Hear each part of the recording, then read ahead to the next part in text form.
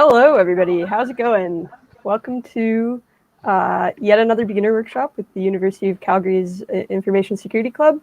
This week, guys, we are going to be doing Introduction to Cryptography. So I've got Britta here. She's going to be leading this workshop. It's going to be a mind bender, but that's a good thing. It's going to be really awesome. So I will let Britta take it away from here. Cool. Hi, I'm Britta. Welcome to Intro Crypto. We're having some technical difficulties. I'm having some technical difficulties tonight, so Emily's doing my slides, or hitting the slides for me. So thank you, Emily. Here's the attendance form for you guys. Please sign up.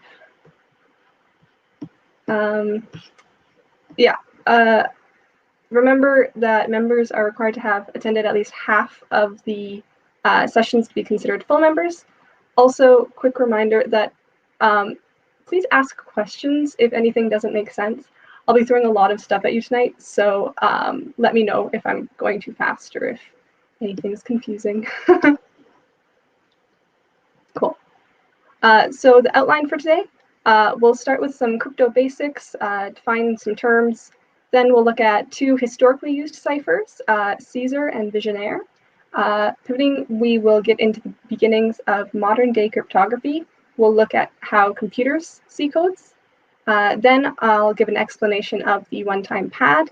And finally, we'll look at the Diffie-Hellman key exchange protocol. So, thank you. Crypto is the study of codes. Wikipedia defines it as the practice and study of techniques for secure communication in the presence of third parties called adversaries. Pretty much, it's how to have a conversation in the open with everyone listening, but they still won't be able to tell you what you're saying. The main point about cryptography is to figure out the key. With the key, anyone can decrypt the message that you send. Also, I'll let you know right off the bat that when you're doing crypto in a CTF or anything, try Googling it. There are a ton of online tools available to help with decrypting, explanations of methods to break codes, and all the stuff we cover tonight. So Google is your friend. Some vocab terms so everyone's on the same page. To encrypt is to render a message unintelligible to everyone except the intended recipient. To decrypt is the opposite. It's to transform an encrypted message back into its unencrypted form. Plain text is the message or data to be encrypted, and ciphertext is the message after encryption. A cipher is a particular method of encryption capable of handling arbitrary messages, which basically means you can encode whatever you'd like in it. If it doesn't do that holdout property, it's not technically a cipher, but it still can be an encoding. Also, we have symmetric crypto system, and that's a crypto system or a method of encoding where we use the same key for both encoding and decoding. Cool. So, substitution ciphers. These were used before computers because with computers, they're pretty easy to break. Firstly, we have the Caesar cipher. Sometimes it's called the Caesar shift cipher.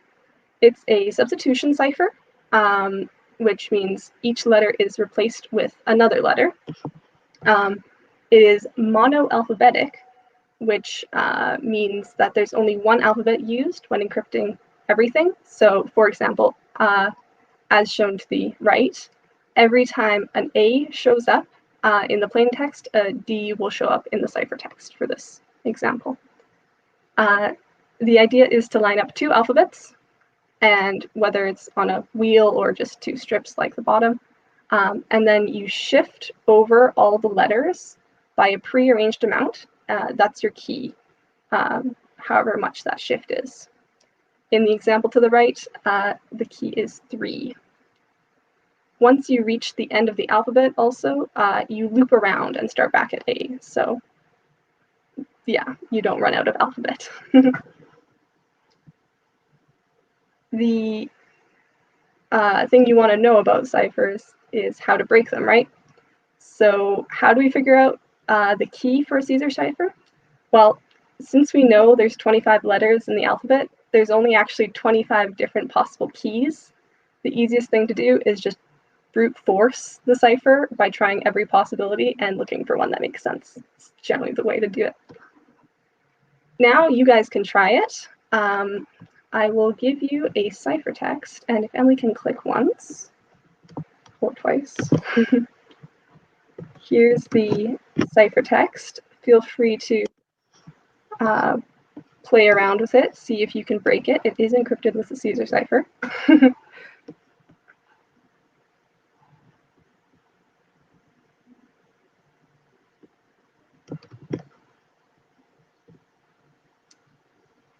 Also, if you'd like, here's a helpful resource. Emily, do you mind clicking once more?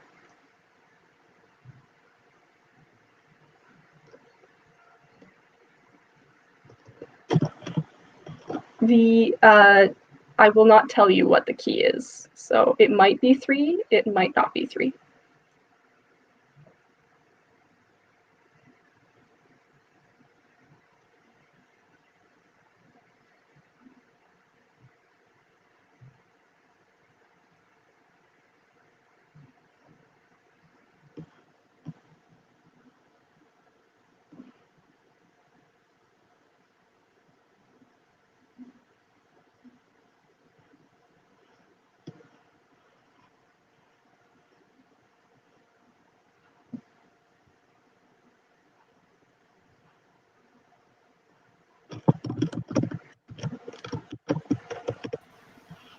Also a reminder that we always love it when you guys tell us in the chat when you get the flag and if you're having trouble or if you're just really excited that you got it. So, nice. Someone got it.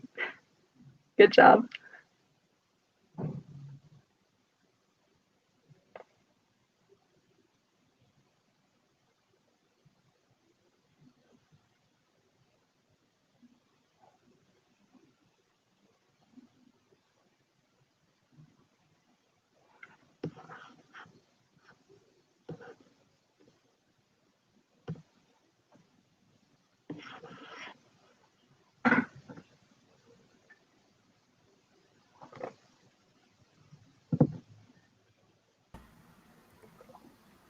Good question. You might have noticed that there is a slight change to how ORCID works. So we are going to have, like, because we're having separate workshops, we have separate flags, and it seems a little unfair to let people submit flags for both workshops, especially because the advanced guys, like, have already learned all this stuff. So it's not fair that they, like, can get twice as many points, even though they didn't go to your workshop. So yes, you have to set your level as, I believe it is A for advanced or B for beginner. Good question.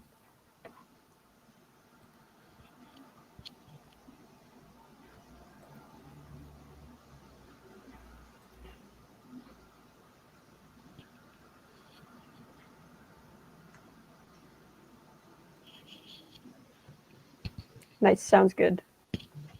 The full word, apparently. So type in beginner, guys.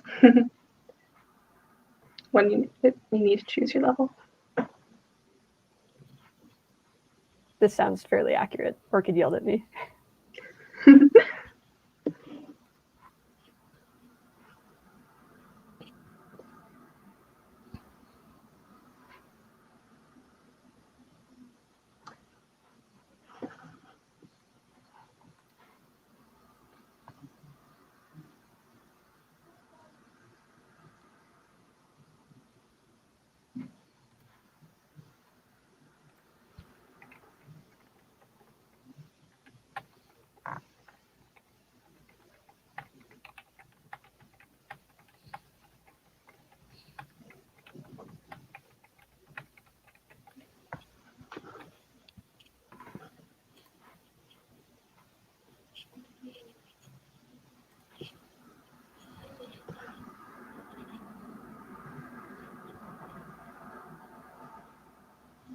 So yeah, if you're trying to set your ORCID level, Cody just posted the command. It is O semicolon exclamation mark, set level, and B for beginner.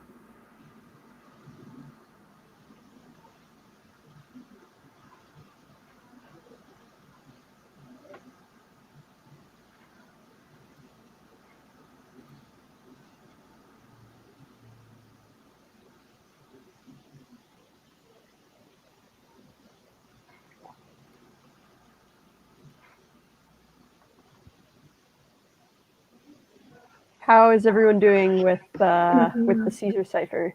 Has anyone cracked it? Does anyone need more time?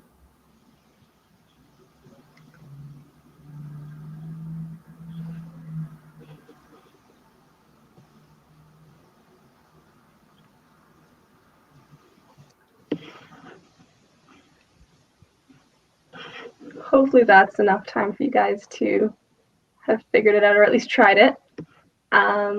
We'll move on to the solution for those of you who need some help. So there's the flag, and we have our wheel. We can see it's a flag, so we know it probably has to start with UCSec.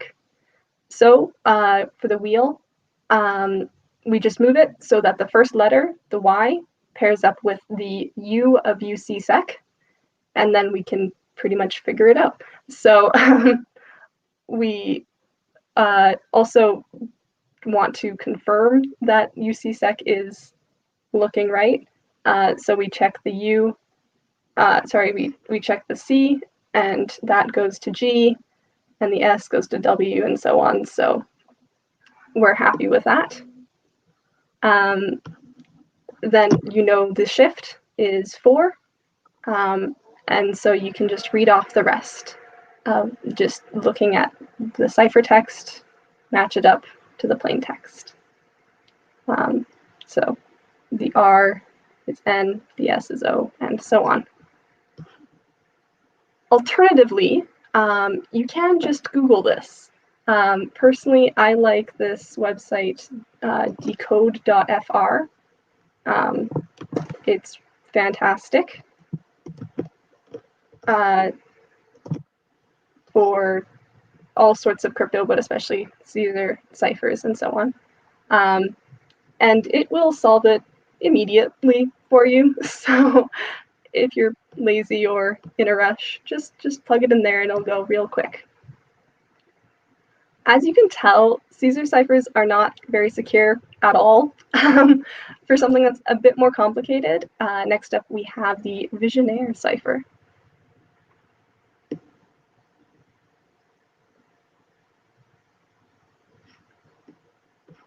So the Vigenere is also a substitution cipher, which means we're still replacing one letter with another.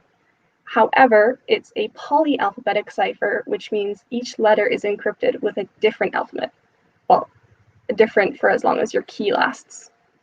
The idea of the Vigenere is to apply different shifts to each letter based on a specific key, usually in the form of a word or series of words. You can try to break it with a couple ways. Frequency analysis, and that's when you look at how often certain letters show up and try and draw conclusions from there.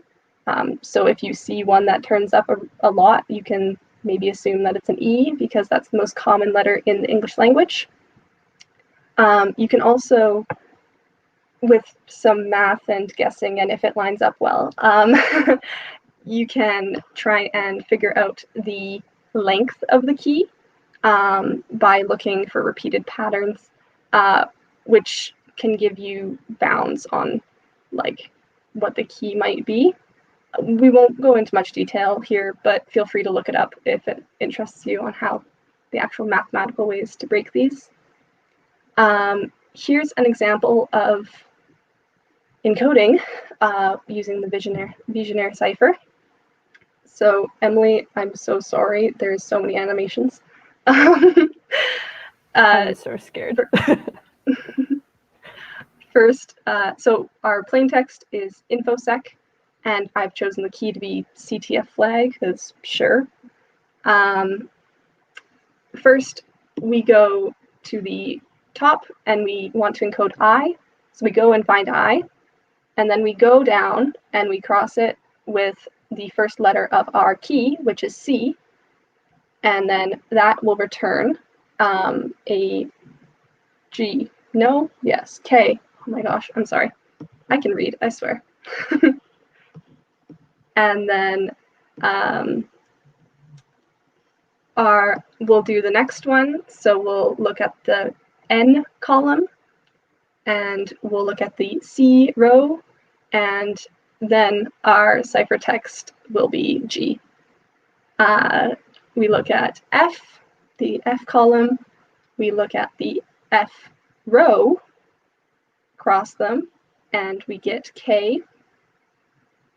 We look at the O for Infosec,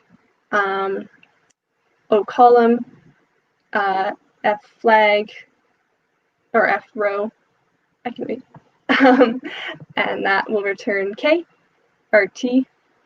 Oh my gosh, I can say things. Okay, next we have the S and the L, and that will return the D. And then we have the E, the A, that will return an E. We have finally the C for Infosec and the G at the end of CTF flag, and that will return I.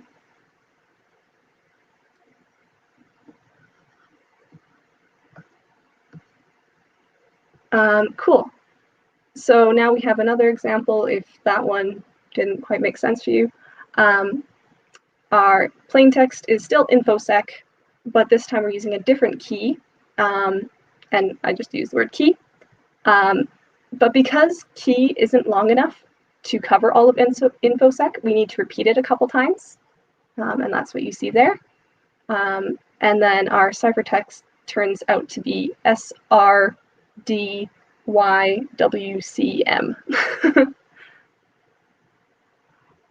Cool. Any questions? Feel free to send comments. But moving on, here is the challenge for you guys. You want to decrypt this flag, or this ciphertext, sorry.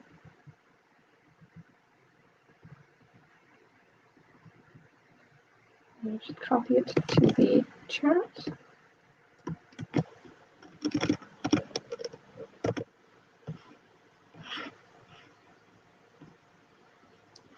We'll give you a couple minutes to try your hand at it. See if you can figure out anything, and we'll come back in a couple minutes.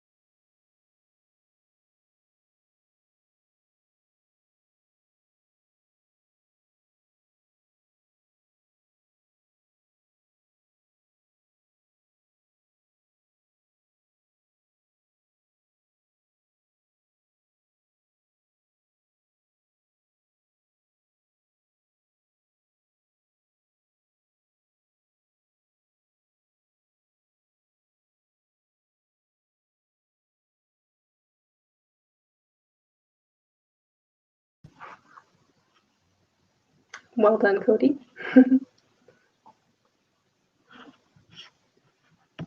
So here's some hints if you guys want a pointer in the right direction.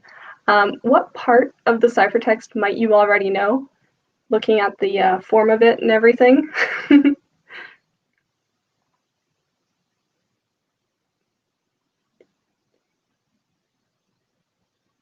Nice, nice.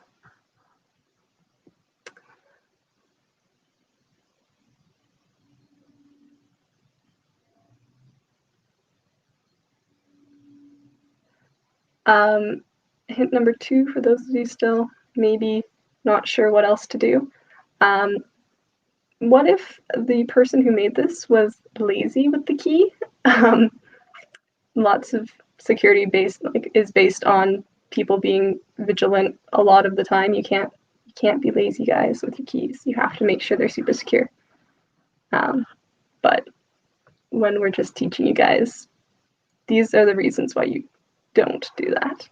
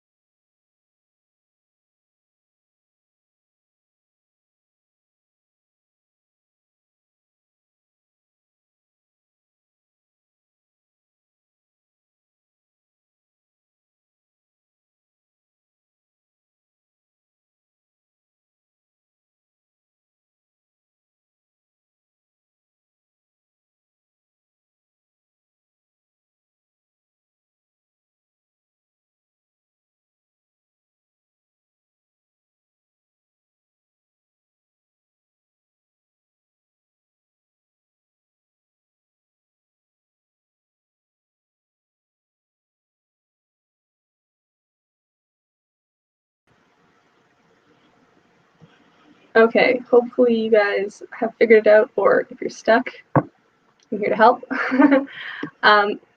Like I told you, there's always the use Google method. Here's the lovely website. You can also, there's that decode.fr. There's also this fantastic program here that's also awesome for it.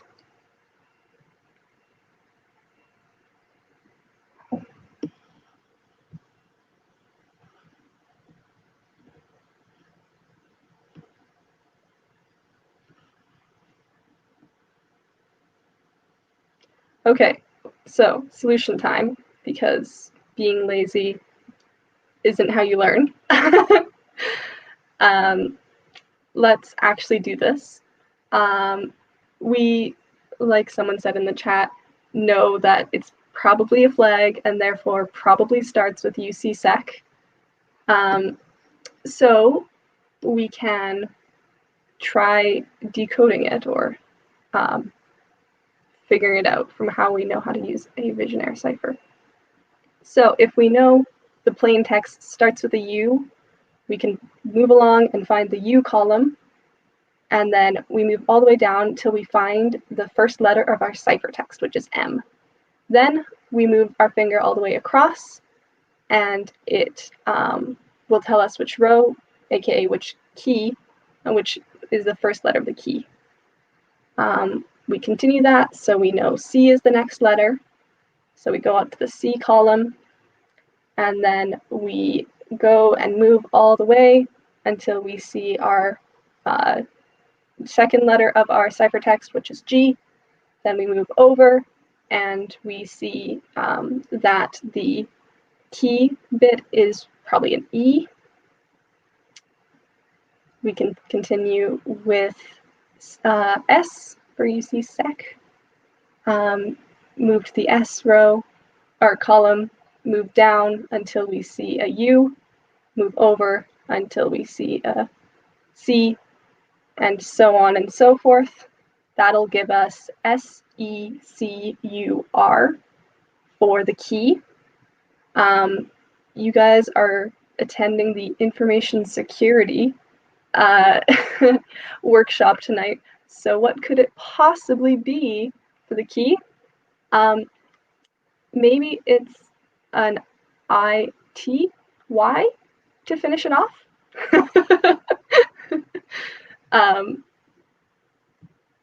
Good guess, but not quite.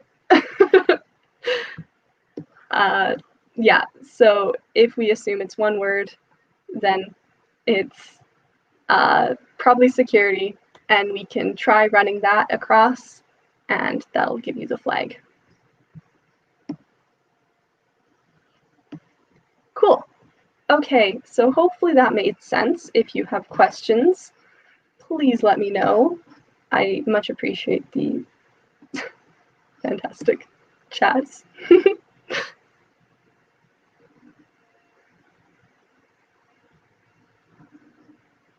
Okay, so all of the crypto systems we have seen so far have been tedious for humans to solve, but super easy for computers. If the goal is to secure a digital message, we are going to have to start encrypting using the language of computers instead of the language of humans. So we're going to build up a crypto system that relies on binary digits, ones and zeros, instead of words. Here is hopefully a brief explanation of conversions between decimal, binary, hex, and ASCII. Cool. So decimal is base 10. This is the number system we're used to. The 1, 2, 3, 4, 5, 6, 7, 8, 9, and 0. Each place value goes up by a power of 10. And you okay, Emily? Thank you. Each place value goes up by a power of 10. So if we have a number like 647, then we know we have 6 times 100, 4 times 10, and 7 times 1. And then we know that it'll return 647. Pretty easy. You guys know this. Hopefully, if you're in comp sci, you've passed math. Hopefully. Next, we'll look at binary. Binary is the base 2 number system. It only has 2 digits, 0 and 1. And each place value goes up by a power of 2. So if you notice, it's 1, 2, 4, 8, 16, and so on. An example, if we have 101001, we don't actually need, we know that 0 times anything is 0, so we ignore those, and we just look at where there's ones. So 1 times 32 plus 1 times 8 plus 1 times 1 will give us 41. Now, you guys can try. What's 010011 in decimal?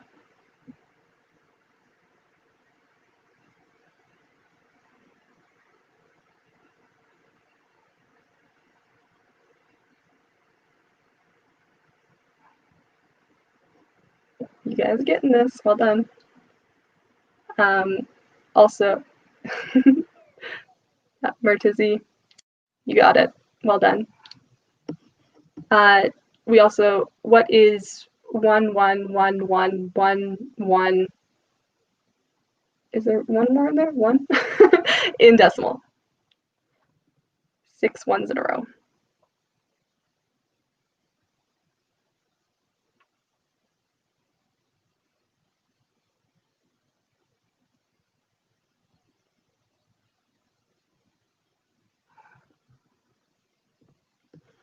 Well done, well done.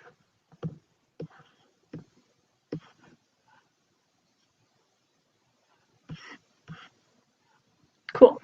Okay, so we know decimal. Now let's go to hexadecimal. It's our base 16 number system. It uses the digits 0 through 9 and A through F. So instead of saying 1, 2, 3, 4, 5, 6, 7, 8, 9, 10, we say 1, 2, 3, 4, 5, 6, 7, 8, 9, A, B, C. Also, number systems start at 0, but I don't do that. My apologies for misspeaking.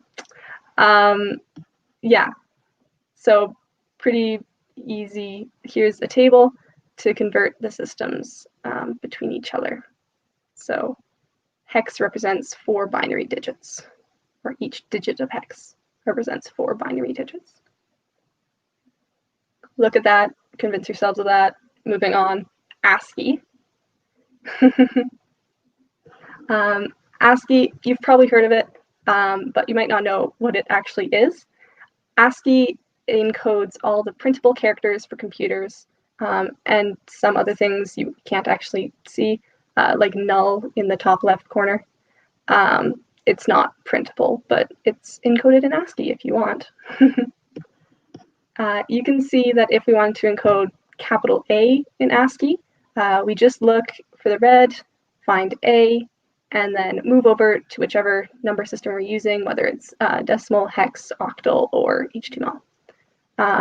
In this case, if we were encoding capital A, and it would be 65 in decimal and 40 in hex, or 40 in hex. It's not really 40. What is the decimal encoding of lowercase h? Do you mind pulling that back up?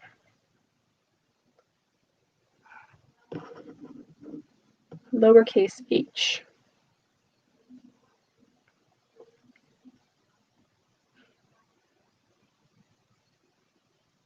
Feel free to put it in the chat. Decimal encoding.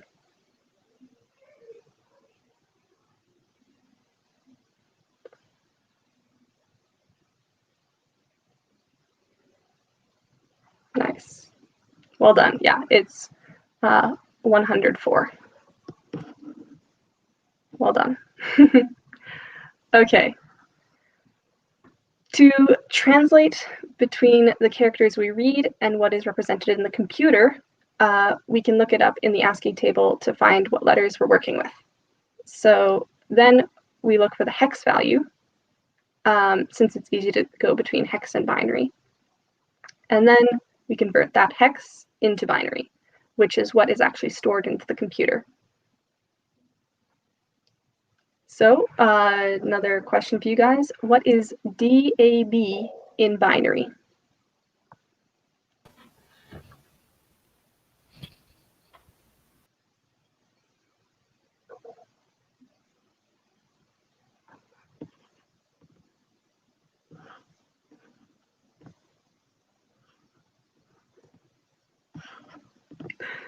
Yes, thank you.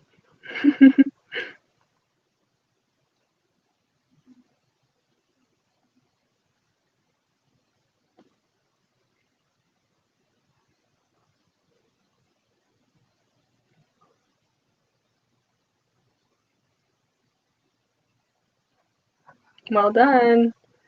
Monsoons. I am so sorry, I don't know how to pronounce that. Well done. That's exactly right.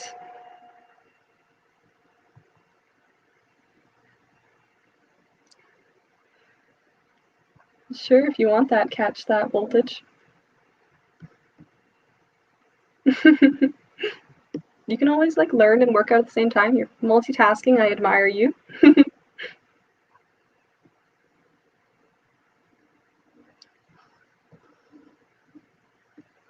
Okay, moving on, the XOR operator.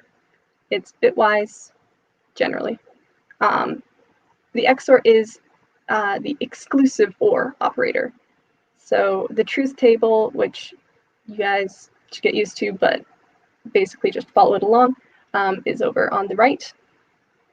If the inputs are different, the result is 1. If the inputs are same, the result is 0. So if we have 0, 0, 0 XOR 0 is 0, 0 XOR 1 is 1, 1 XOR 0 is 1, and 1 XOR 1 is 0. A kind of weird property of XOR, but very useful, is that XOR undoes itself. So if you have a message, and you XOR it with another message, and then you XOR it with the other message again, it actually gives you back the original first message. Very important. Keep that in your brains. Now we're all set up. Let's look at the one-time pad.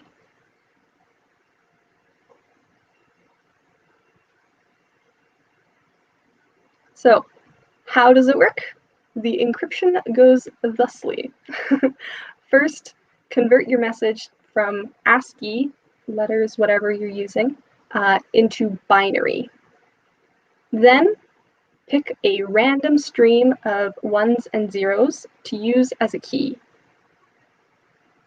Then XOR each bit of your message with the corresponding bit from the key.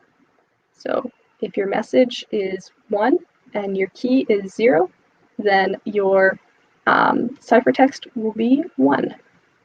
The new stream of 1s and 0s is your ciphertext. Cool? Questions? You guys got that? You can see up at the top the plain text, the key, and the resulting ciphertext.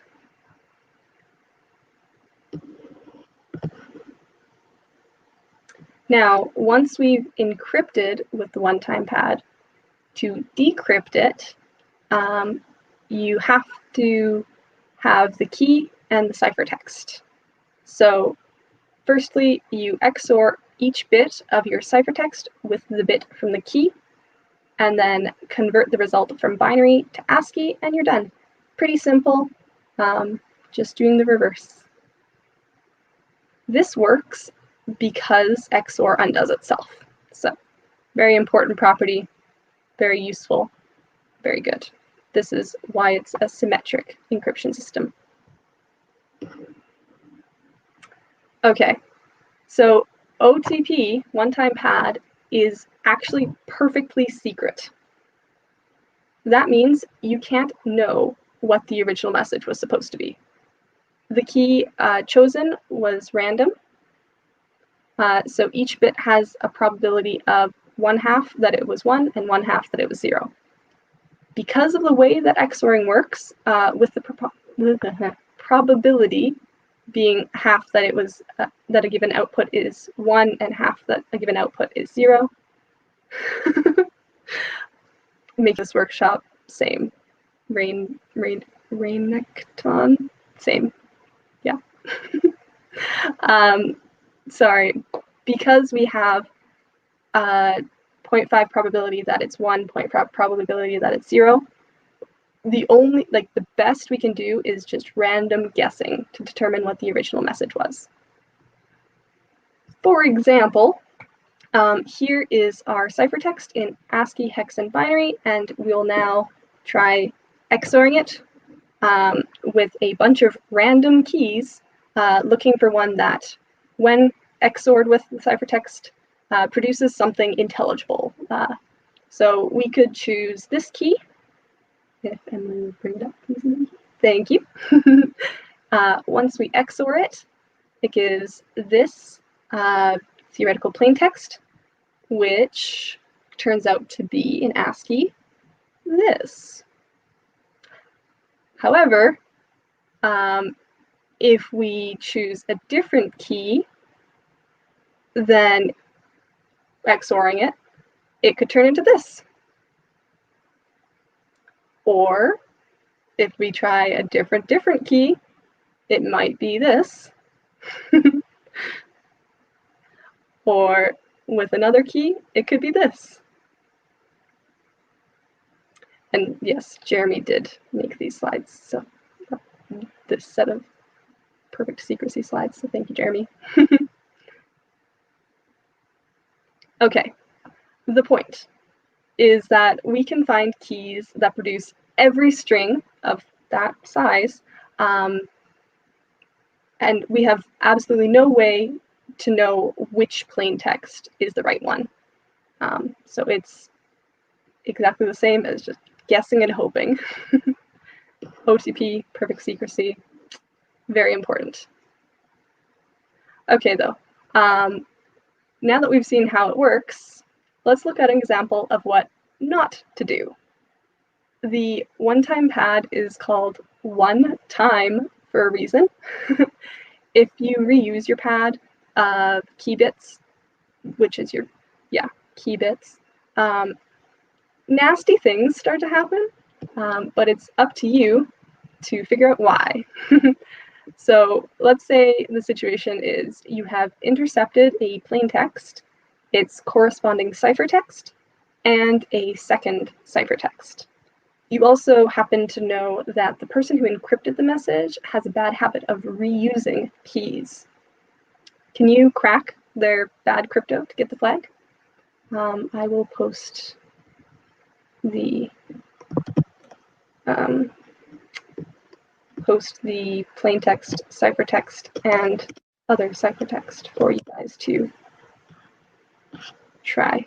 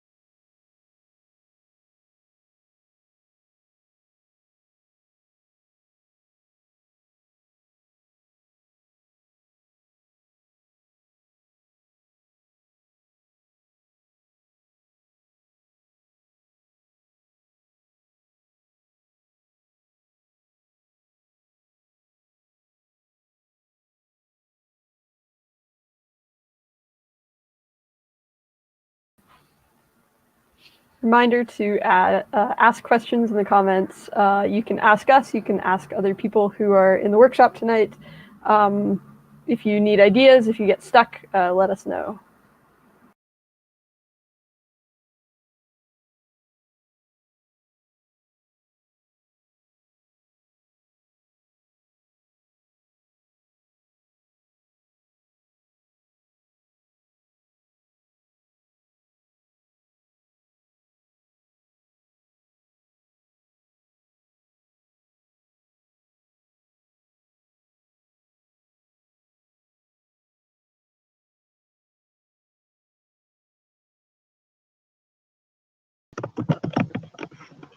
Okay, guys, if you're stuck, here's a hint.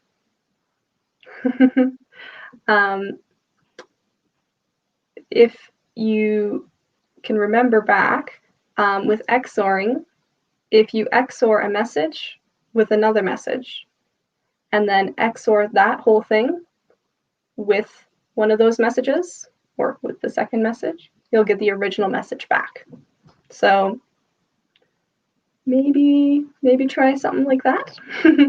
See how you can apply that to your known ciphertext.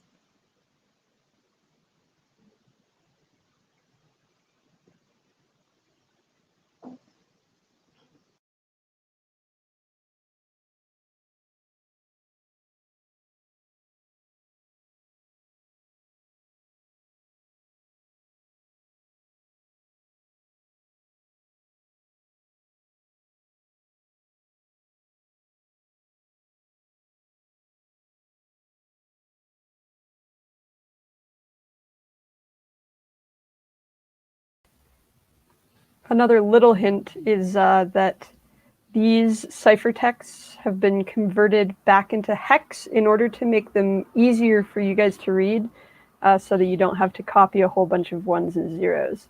So if you're trying to do this, definitely don't do it by hand. Definitely find something online that can help you do XOR operations. Lots of XOR operation tools online. You can just put the hex right in. No need to convert to binary first. It knows what to do with it.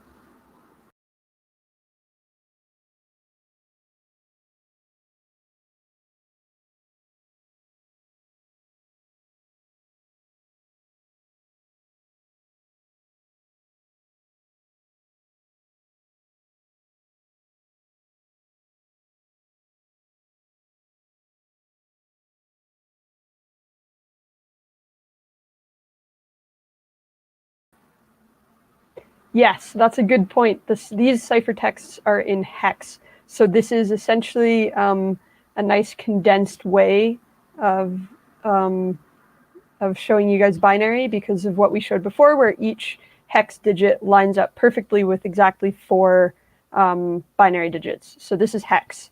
It makes it much easier to read. But no, this isn't ASCII.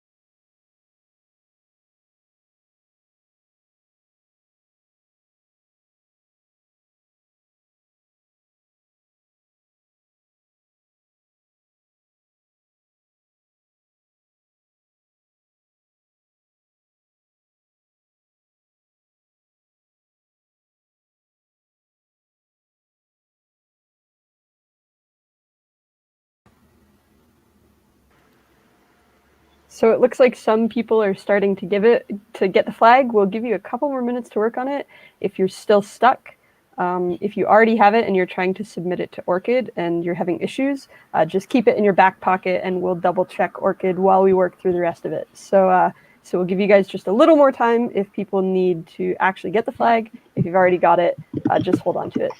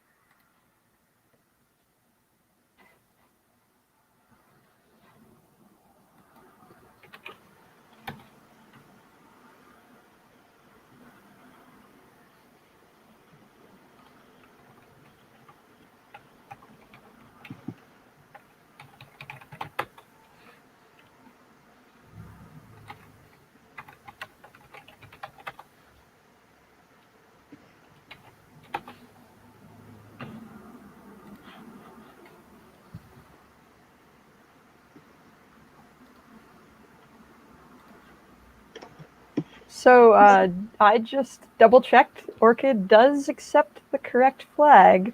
So double check that you have got everything hunky-dory in your flag. If you're wondering how to submit to Orchid, there's a slightly new method. So to separate beginners and advanced players, we've added a level. So if you find a flag and you text it to Orchid, she will tell you that you've found a flag, but that you may not have a level yet, in which case you can use O, set level, and then the level that you want. So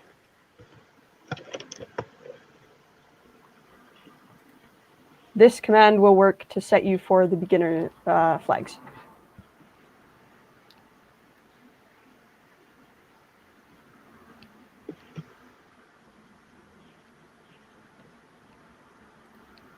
Yep, good point. DM the entire flag to Orchid, including UCSec. Discord might be doing something a bit weird because underscore in Discord is like a special character that makes formatting weird. But Orchid should generally accept it. If not, if Orchid is like getting kind of garbled, yeah, try typing it out manually. And if things are still going wacky, then we will come back to it and we will move on for now and double check in a little bit. All right. So I think everyone who normally replies when they have their flags has this flag. So let's move on for now. And Britta, I'll let you take it away. Sweet. So we know now that, let's solve the plaintext ciphertext pair. So we know P1 this is a secret message. The first step to one-time pad is to convert our plaintext into binary or hex when we don't want to deal with all of the ones and zeros. Our second step is to remember the hint that we gave you and know that P1 XOR C1 is the same as P1 XOR P1 XOR key. And we know that if we XOR P1 with itself, it'll cancel each other out pretty much, and our result will be the key. So with actual numbers now, we have our plaintext, our ciphertext, and then the XOR underneath is our key. Now that we have the key, we can decrypt the second ciphertext by XORing, and that'll give us our plaintext. So, yeah, pretty,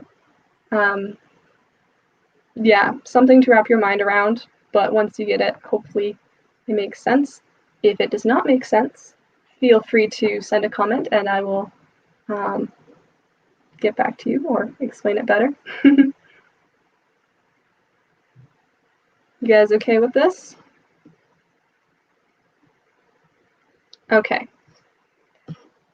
So we know keys are important. If someone knows the key, then they can decrypt the message.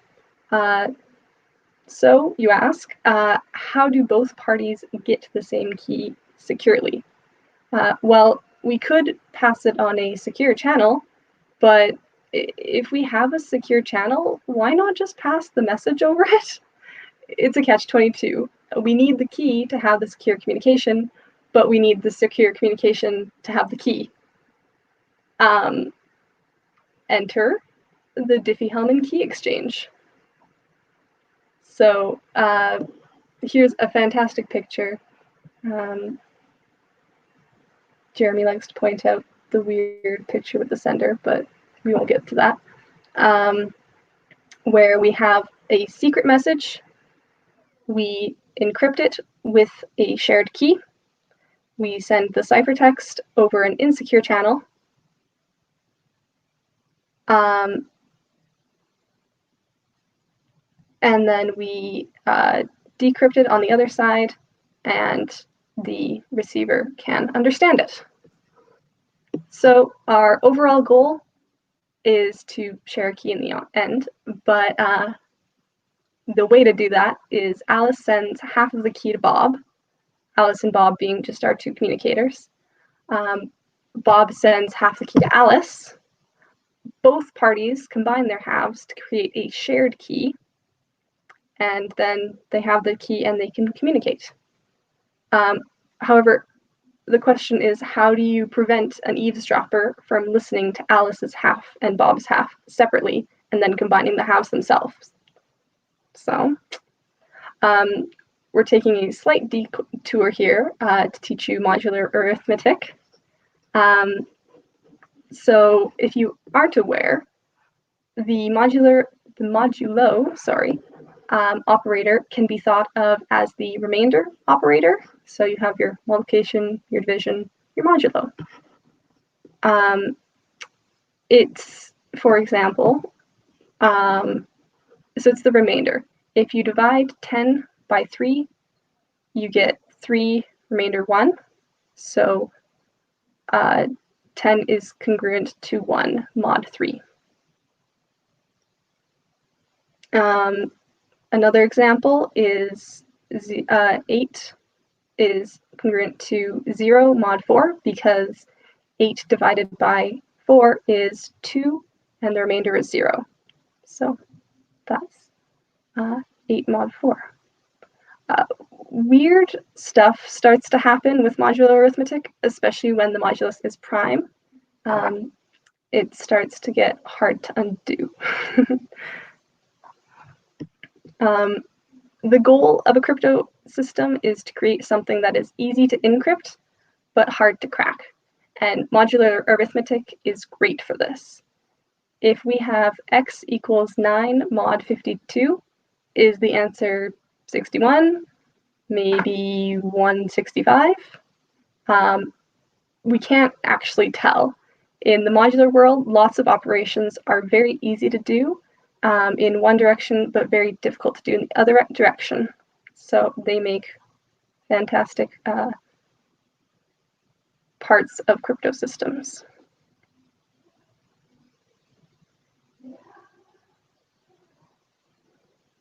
The Diffie-Hellman key exchange uses one of these lopsided modular arithmetic operations.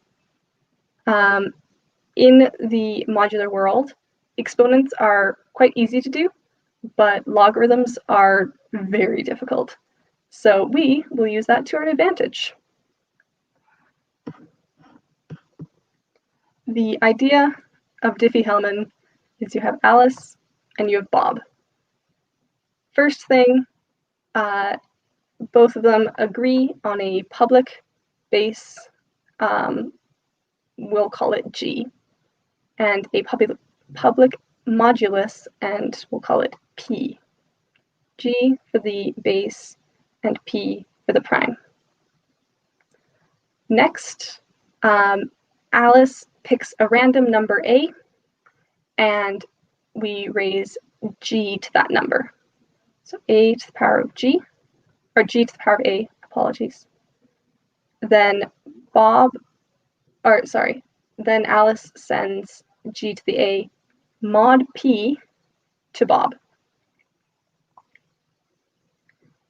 While she's doing this, Bob, on his end, picks a random number B and raises G to that number. Then Bob sends G to the B mod P to Alice. Alice then, taking in G to the B mod P, raises Bob's number to A, and Bob, receiving G to the A mod P, raises it to B. The result of each is G to the B to the A, or G to the A to the B, but we know, because we know our exponent rules, that it's the same number, and they're all mod P. So if we do this with real numbers now, let's say our public G is 6, and our public prime, or P, is 13. Both Alice and Bob agree on these. This can be public, doesn't matter. Then Alice picks a number, let's call it 3. And raises G to the A mod P. So 6 to the 3 mod 13 is 216 mod 13, which, when you take the mod, is 8. Then Alice sends that to Bob. So she sends 8. Bob picks a B, maybe it's 10, and he raises G to the power of B and takes the modulus with P. So 6 to the 10 is a big number. It's 60,466,176, and then we'll mod it by mod by 13, and that'll give us 4. Bob sends that 4 over to Alice. Then Alice calculates the key, which she takes the 4, she raises it to the 3, mod by 13, and that'll give 12. Bob does the same thing, so he takes 8 to the 10. He mods it by 13. That is 10 billion? No. 1,73,741,824. Once you mod that by p, it also gives 12. If you notice, they ended up with the same key. Both have 12. So the steps go, yeah. Pick a G, pick a P, communicate that. Pick a number on each of your sides secretly. G to that number, mod the prime, pass that over the insecure channel, and then whatever you received, put it to your secret number again, mod P. Cool.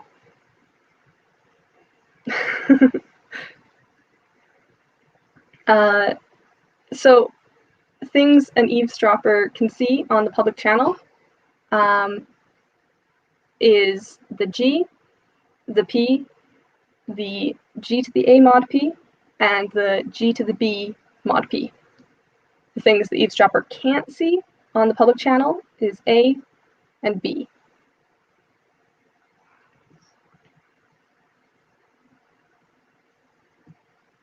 Yes, if you guys are feeling lost, let us know. This is mathy and hard to wrap your head around, so please, we'll go through it. We will, yeah. This is important but confusing, so more explanations are good. You might be wondering, why does this work? In order to create the key using just the info that passes over the public channel, you'll need to extract either A or B, because, yeah, so if you have G to the A mod P congruent to X, you can rearrange to find A, and all you have to do to figure it out is take the log base G of X mod P. However, like we said, we don't know what X is, so it gets pretty hard. In order to get A out of G to the A mod P, or G to the B mod P, you need to solve a modular logarithm, which is really, really difficult.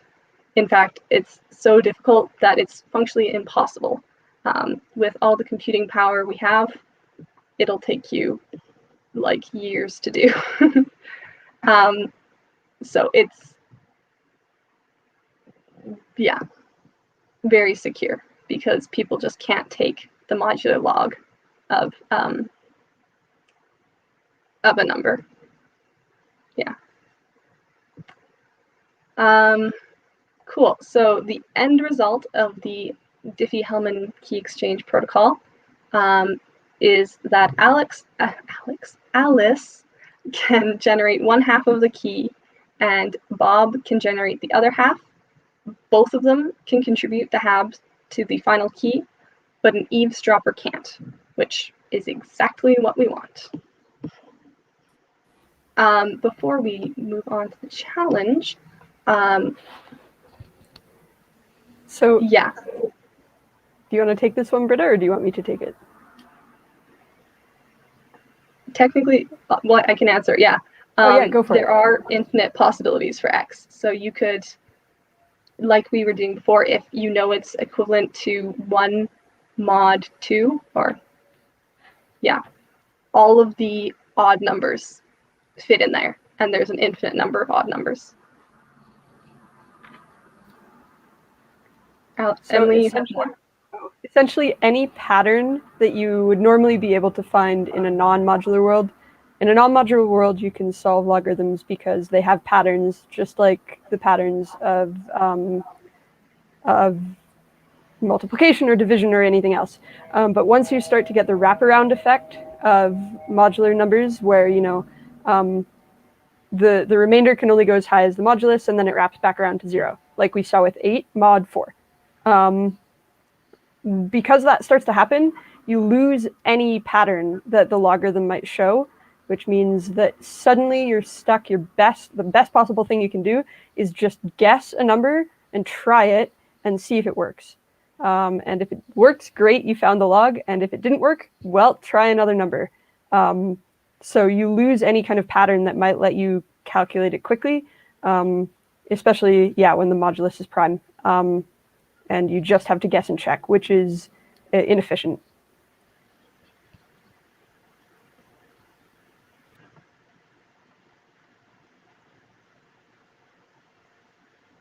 Quantum computers. Firstly, not covered here because they're complicated, but quantum computers can technically do this more efficiently, but it's marginal as far as I'm aware. I haven't taken a quantum course, sorry, but I have the basics. So it's all based on stats, and if you the way that quantum computers work, they can somehow manipulate it so that there's a chance that they can break it, but it's still not terribly, like it's breaking it technically, but technically, not practically.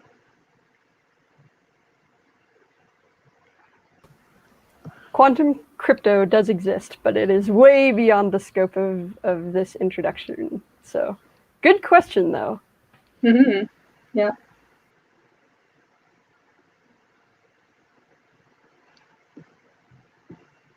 Okay. Definitely go. Quantum computing is so cool, and it's a bit of a mind bender, but like very interesting. Definitely recommend at least getting the basics of it. We'll maybe post a video or two in the Discord that you guys can go watch and learn the basics of quantum computing after the workshop. Cool. Okay. Any more questions on Diffie-Hellman, or should we set you loose on a challenge?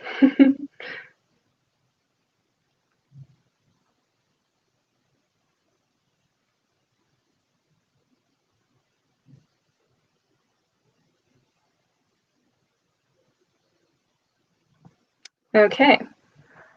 So, Diffie-Hellman challenge. The situation is you have intercepted some traffic between two people as they set up a Diffie-Hellman key. And you can see that they've made a fatal error. You have also heard that they're using their 128-bit key with an online AES encryptor to create their ciphertexts.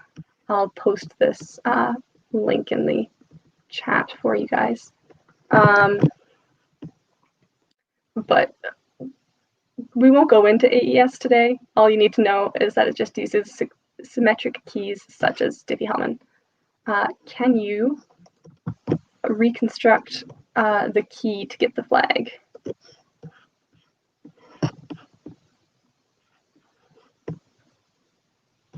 I will post, sorry, adding it.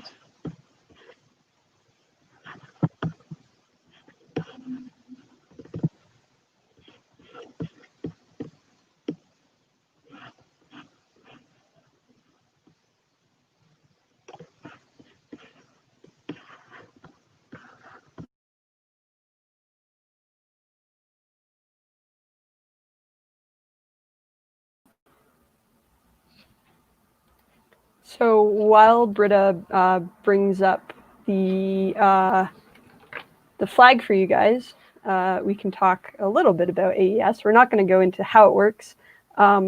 Braden actually has a workshop on AES for the advanced people. So if you want to learn how to crack AES, then you can certainly give that a shot. But AES stands for Advanced Encryption Standard, and it uses a symmetric key, which means that it has the same key for encrypting and decrypting, just like we've seen in all of our examples so far. And the cool thing about AES, and the cool thing about where we're moving with all of this stuff in this workshop, is that it's moving towards actual crypto systems that are used in the actual world. So AES is the basis for a huge section, like a huge amount of modern online cryptography. So setting up AES keys and passing messages using AES is something that is totally legit. But again, it only works if you've got good keys.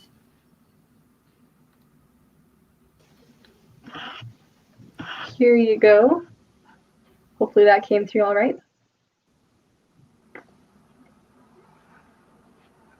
Oh, it did cut it off. Okay.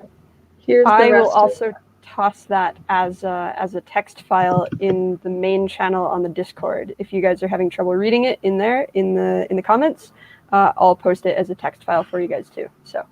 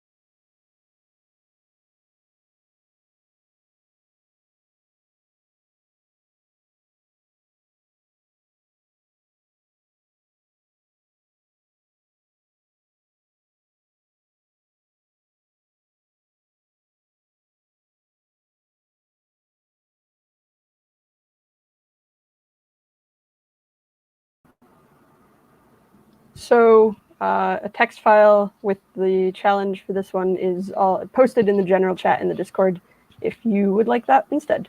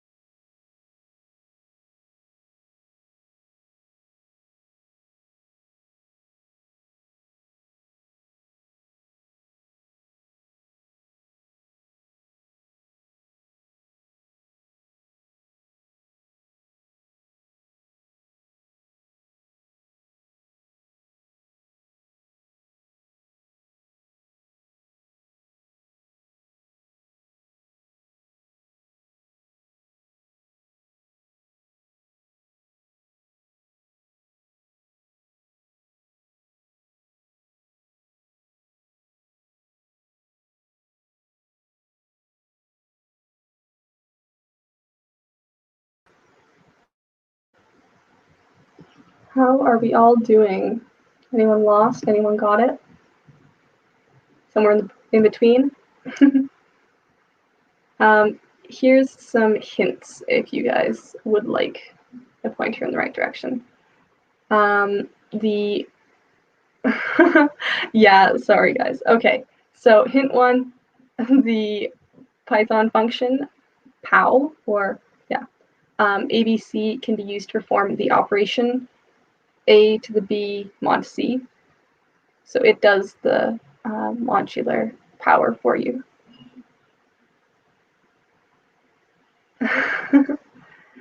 Hint number two is you can make some educated guesses for which numbers are which, aka what is G to the A mod P, etc. So try that. And I think we will toss up the Diffie-Hellman slides again so that you guys can see the process. Because yeah, it's a mind bender. Don't feel discouraged if you are feeling lost. This is something that like took me multiple courses to be able to really do off the back of my hand. So you guys are getting 3 weeks of crypto in like an hour and a half. So good job, but like we understand it's hard.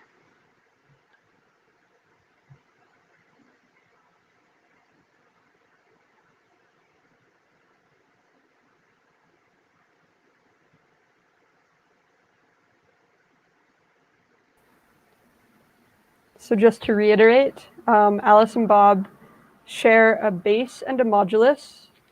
Normally the base is pretty small and the modulus is pretty big. Then Alice and Bob both choose random numbers and raise the base to their random number and send each other those exponents. All of this is being done modulo P. And then after they have sent each other their half of the key, each person raises the other person's half to their own secret number, and the result is that both people end up with G to the A to the B, which is the same as G to the B to the A.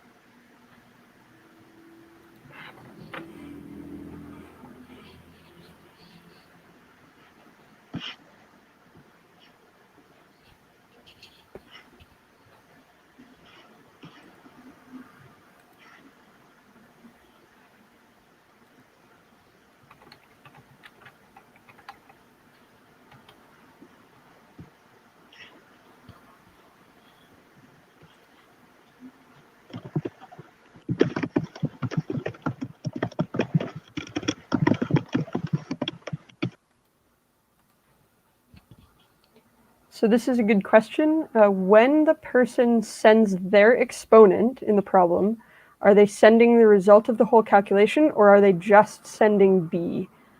So the secret to Diffie-Hellman is that you should never, ever send the exponent, as in you should never send A and you should never send B.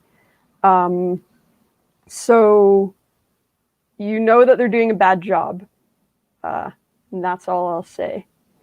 You should never do it, but you know that they're doing a bad job. Another good question, do you put the number that you get in the secret field on the website? So there's a spot for the secret key on the website, and then there's also a spot for the ciphertext. So the number that you get is the secret key.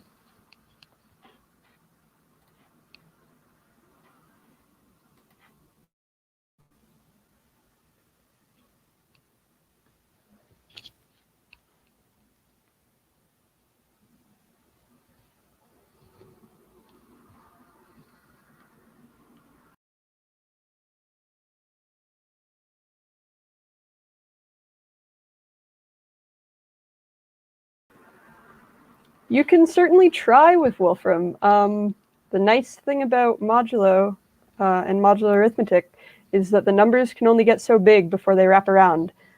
So it might be worth a shot doing it in Wolfram, or it might, I don't know. I don't think it'll like be too big for Wolfram to handle.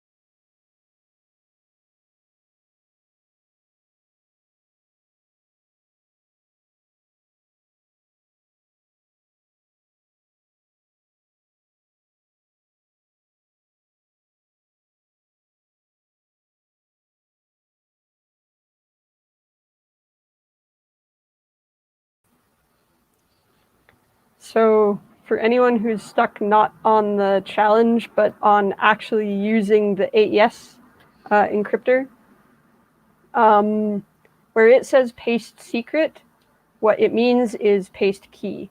So the secret is the key. And if you have something that you need decoded, that is going to be your ciphertext. If you have something that you need encoded, that would be your plain text.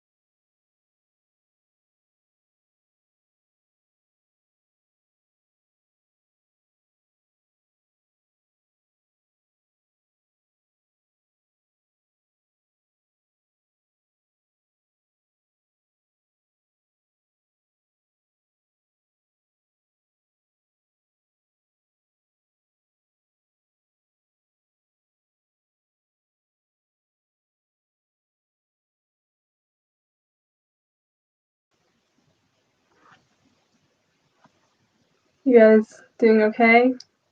Want the solution?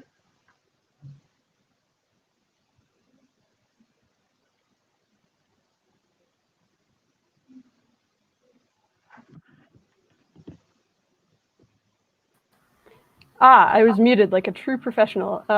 Monsoon season, did you get the actual flag?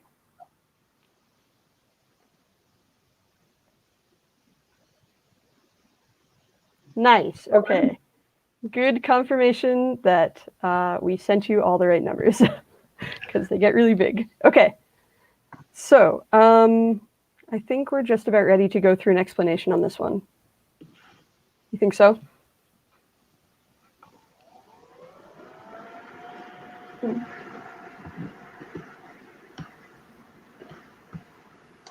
We will definitely tell you that. But to clarify, G is generally small and P is generally very big.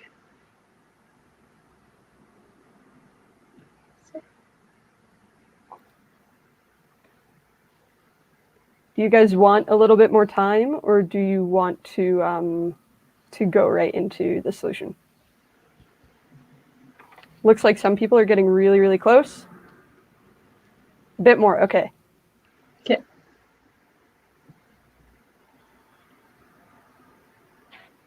We'll pop back over to the Diffie-Hellman exchange.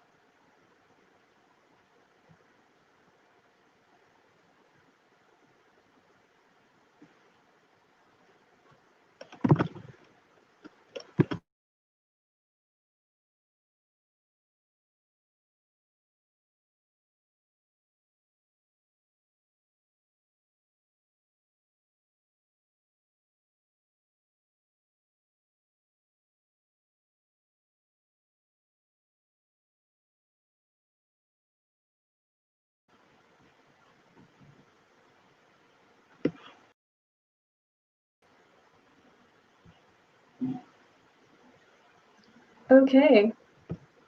Hopefully those of you who might have got it have gotten it by now, and those of you who are lost will soon be helped, put out of your misery. Okay.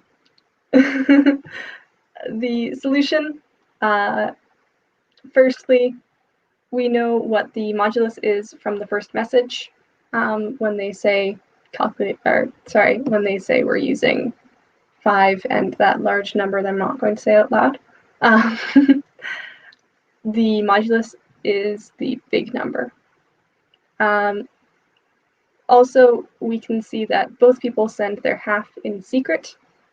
That's message 2 and 3. And then we also know one of the exponents. That's message 7. However, with the exponent sent, we don't know if it's A or B, but there's only 2 options, so we can just try both, creating G to the A to the exponent, mod P, or G to the B to the exponent, mod P. With that, finally, try both possible keys in the AES decryptor, and one will result in gobbledygook, and one will result in the flag. So yeah, those are the steps. Yeah. Cool. Okay, so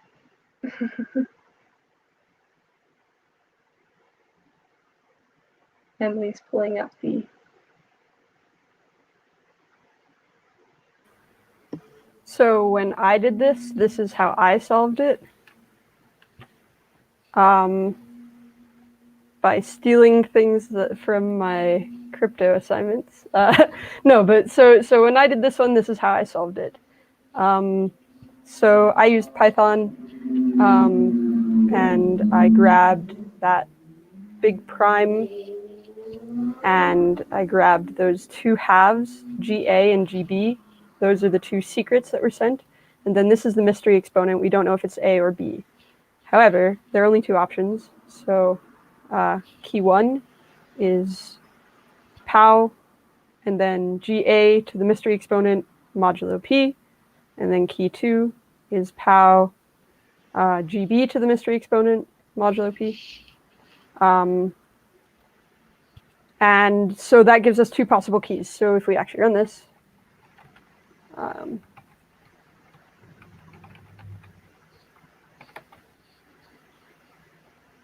here are 2 possible keys.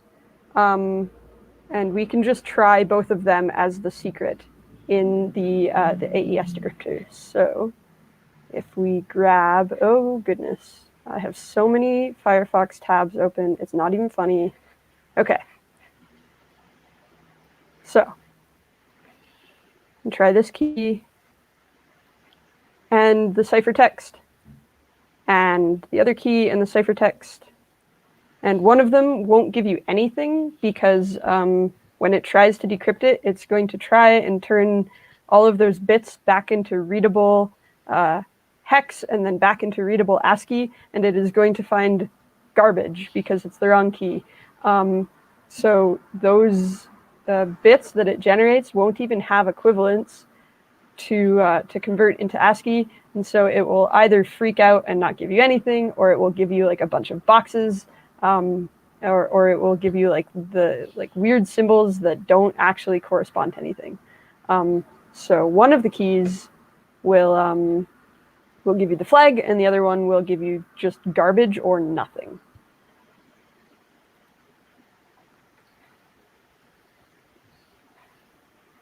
So here is that code a little bit bigger if you want to see it.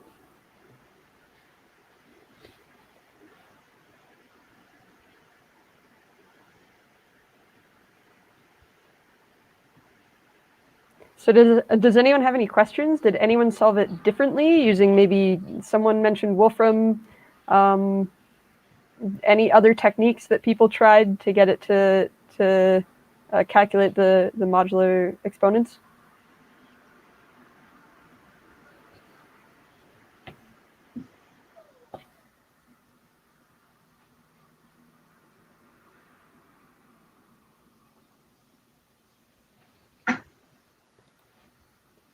Wolfram gave different numbers. That's very strange. I would double check that you have all of the encodings correct and that you are actually like bringing it down correctly using the modulus. Yeah, if you try and do it in 2 steps, it might not like that. The exponentiation might get so large that if you try and do it in 2 steps, Wolfram might not like that.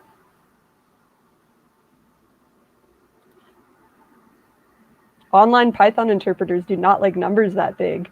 Interesting. So that's actually something that I had no idea would even happen, but it's not surprising. If you try and maybe do like an exponentiation and then do the modulo operation, that might genuinely get too big for your computer to handle. That might be why the online Python interpreter doesn't like it. When it actually does this exponentiation, it reduces it by the modulus over and over and over, which doesn't change the end result, but it helps keep the number small as it's doing this POW calculation. Someone is saying that REPL is working. REPL is a great tool if you ever want to script stuff in a language that you maybe don't have installed on your computer. REPL.IT. It handles all kinds of languages with beauty and grace.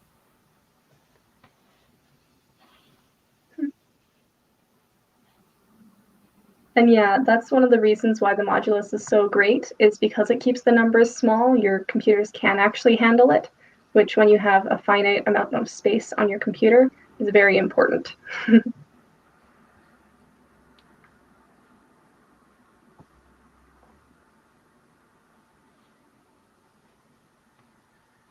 Okay, so a couple of people are saying that REPL works.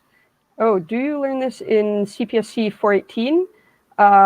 Yes, you also will learn it in Computer Science 329, I believe. So it comes up again and again. It's super tricky to wrap your head around, but it's also super critical. Problems like this, where they're really easy to do in one direction and really hard to undo, especially when they have to do with modular arithmetic, they show up all the time in modern crypto systems. So this is a really good example of one of those problems. And then more complex, more nuanced crypto systems are built off of these same basic principles. So I think very quickly, we are going to go over, Britta, do we want to go over the one-time pad one more time? People in chat were asking if we could do a walkthrough for the one-time pad, or they were saying that that they weren't paying attention to Diffie-Hellman because they were still trying to OTP. So we can do that, and then I think Jeremy has something to say too. So cool. If you don't mind pulling up that slide. Yes. Just because it's a little bit easier to do when you actually. Absolutely. Thank you very, very much. All right. So remember, with the one-time pad, we have a plain text and a key, and we are XORing them to give the ciphertext. That's how OTP works. However, we need both the plain text and the key to be in the same format, so we can't just do ASCII with binary. We need to change the ASCII into binary.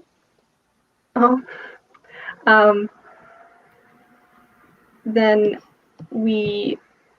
so the first step is to change the plain text into, in this case, we're not using binary because it's super, super long. We're using hex, but online tools will definitely understand that as long as you tell them it's hex. All right, so give me 1 second and I will actually find those strings that we were using. And we can walk through this together. Okay, yeah, go ahead, Britta. Do you want me to put the messages back in the chat? Yeah. I can do that. Okay, that should work. Oh, sorry, the format's weird. Cool. So plain text, this is a secret message, needs to be changed into hex. Do you mind going to the next page, or the next slide?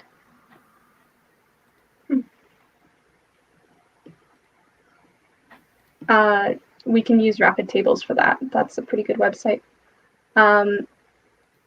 First, change the message to hex. Second, realize that we have a plain text and a ciphertext, and we know that the ciphertext is the plain text XORed with the key. We also know that when you have the exact same, when we XOR the exact same string with itself, it will turn into all zeros. So it masks itself out, because when you have the identical together, it just turns to 0. When you XOR anything with a long line of zeros, then it will return the exact same thing, because whenever there's a 0 with a 0, it returns 0, and whenever there's a 1 with a 0, it returns 1. So we know that if we have P XOR C, and C is equal to P XOR K, then we can move the brackets over, and we know P XOR P is just zeros, and 0 XOR K is K. So we can figure out the key from that. The actual, thank you.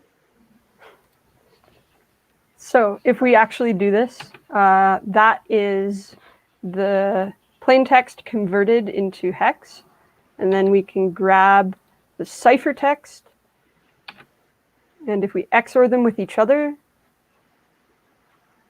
we'll get this. And this is going to be our key. Then once you know your key, you know that it's XORed with plaintext 2 to get ciphertext 2. And we know that if we XOR, this time we have a repetition of the key if we do ciphertext XOR key, and it'll end up with the plaintext, which should say plaintext 2, and I didn't realize that on the slides, but you will get plaintext 2 out of this, not plaintext 1. So if we do this one, we know this is the key, so we'll grab this, yoink, put it in here, and then we want to get rid of this, and instead we want to take the second ciphertext, because we know that they've been using the keys over. So as long as we have the ciphertext and we have the key that goes along with it, we can undo the encryption just like the intended recipient was supposed to do. So we get this. And then we can put that into an ASCII to hex converter.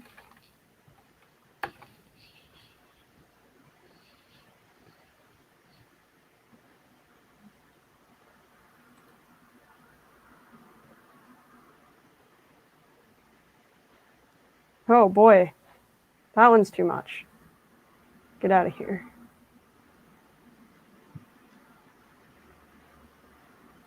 I guess it would also work better if we went hex to ASCII.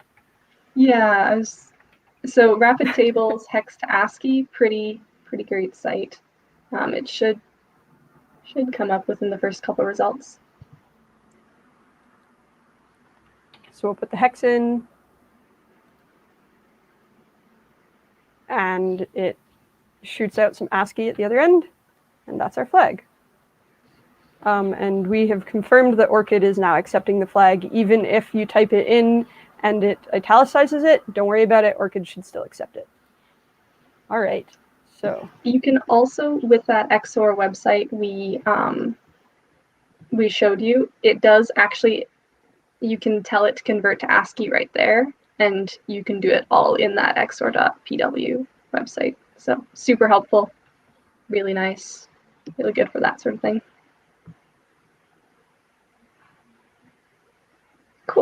Okay, any more questions, guys, before we wrap up?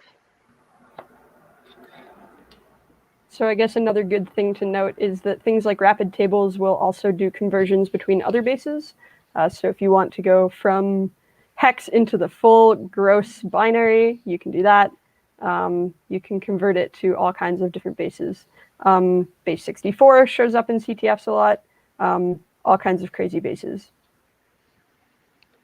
For those who don't know, base 64 includes all the uppercase letters, lowercase letters, numerals like 0 to 9, and I believe plus and equals.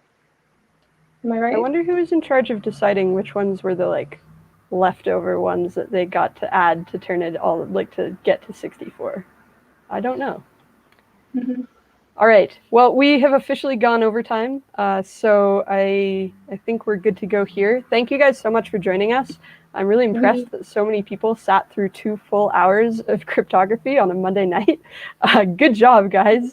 I'm gonna bring Jeremy on, and then we can go from there. Hello. Hey. Man of Mystery has been sitting in the background. For a while, yeah. You guys can hear me all right? Yep. Okay, yeah. I just wanted to, anyone that's in 329 this semester, you have just got a real leg up on the rest of the class because we're going to be doing one-time pad and Diffie-Hellman. You're going to see that stuff again, and I promise you when you see it again, it's going to look more familiar. It's not going to be as overwhelming as it just was. I had to see it quite a few times before I really understood what was going on there. But I just wanted to tell you guys that on Saturday evenings, we're going to be hanging out in the club server starting at usually around 8 p.m. We're going to do it again this week. We tried it last week. We're going to do it again this week. We're going to be working on hacking into something. So last week we tried to break into a box on Try Hack Me, and we actually got in, and everything worked. It was pretty crazy. I didn't think we would get it, but we did. But I want to let you know that that is a perk that is available for the people that have paid membership fees for the club. So if you've paid your $10 for the year, you're welcome to join us for that. If you haven't, I'm sorry, but that's only for the paid members. But you can still join. You can still pay your membership fee and join us. So that's going to be one of the perks of being a full paid member for the club. So that's this Saturday evening at 8 p.m. We're also coming up on the first of the speaker series, which is also a paid member perk. That is going to be at the end of October. It's with a pen tester, so she professionally hacks into things so that companies can find security vulnerabilities in their products. And she's really cool. Her name is Samina, and you guys definitely want to be there for it. Also, the Saturday night hangout is a great opportunity if you are tired of feeling like you guys have to hit your heads against walls, and then the execs just get to like walk you through it all, and they know all the answers. So the tables will be turned, and you'll get to watch us hit our heads against walls. Yeah, last weekend, I was streaming my computer, and we were all working together on this one machine, and everyone got to tell me what I was doing wrong, and I was doing a lot wrong. It felt great. I miss that feeling, and now I want to do it every weekend on Saturday, and you can come and watch and join in. We sort of learn a lot, and we try a bunch of different things. It's a good way to be exposed to some of the other, the tools and things that are going on out there. Right now, we're just doing a lot of concepts and smaller stuff, but you'll get to see an actual how to hack into computers sort of thing. All right. Well, I think that's just about it, guys. Thanks again for sitting around for 2 full hours of cryptography in the middle of the night on a Monday evening. You guys killed it. I'm super impressed. Yeah. Yeah, I didn't expect as many people to get those flags as they did. It was really good. All right. Well, I think we're going to end it here. Have a great night, guys. We'll see you next week, and we'll see you on Discord.